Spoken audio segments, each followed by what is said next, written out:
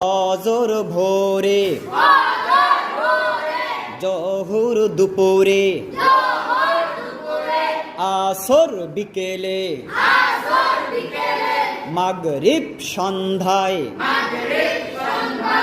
এশা রাত্রে নামাজের বাহিরে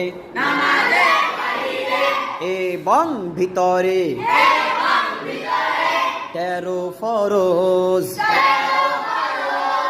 নামাজের বাহিরে 7 ফরজ শরীর পাক কাপড় পাক